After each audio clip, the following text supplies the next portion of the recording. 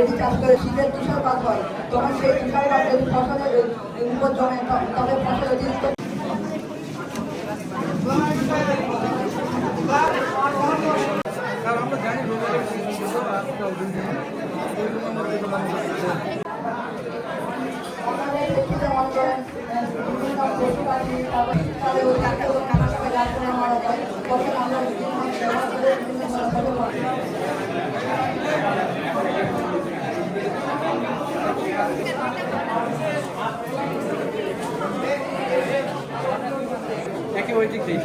রাগ হয়ে গেছে।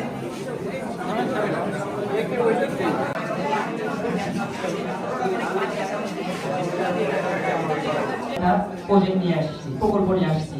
আমাদের এই প্রকল্পটা মৎস্য চাষ ব্যবস্থা পুকুরে আমরা মাছ চাষ করি। মাছ চাষ করার পরে যদি আমরা সুতা দিয়ে রাখি যেন পুকুরে যেন পাখি না পড়ে, এরকম অ্যালার্ম বেজে উঠবে, তখন পাখিটা পাখি এখানে আটকাতে পারবে না। ধরতে গিয়ে মাছটাই ধরতে পারলো না, কিন্তু মাছটা আঘাত লাগলো।